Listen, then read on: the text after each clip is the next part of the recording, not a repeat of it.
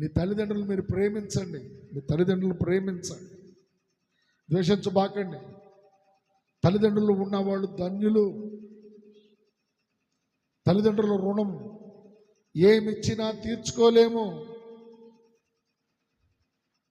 నీ తండ్రి నీ తల్లి నీ కొరకు ఎంత ప్రయాస పడి ఉంటారో నువ్వు ఎరుగుదువా? తల్లిదండ్రులను దుఃఖ పెట్టకూడదు, కష్టపెట్టకూడదు, వారిని ప్రేమించాలి.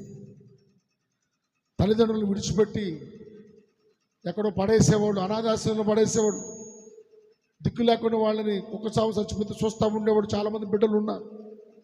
మంచిది కాదు. తల్లిదండ్రులను ప్రేమించండి, తల్లిదండ్రులను ఆదరించండి.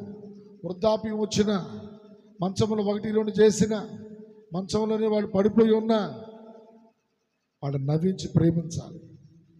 అది క్రీస్తు ప్రేమ. రోజు తండ్రుల దినోత్సవం కనుక తండ్రి బాధ్యతను గుర్తు చేస్తున్నాడు దేవుడు. తండ్రి క్షమిస్తున్నాడు. తండ్రి తప్పిపోయిన కుమారుడిని చార తీసుకుంటానే ఉన్నాడు, మరలా గుండెనికి హత్తుకుంటున్నాడు. తప్పిపోయాడని విడిచిపెట్టలేదు, మరలా తిరిగి రాగానే చేర్చుకున్న తండ్రి ప్రేమ, అది మన యేసు ప్రేమ.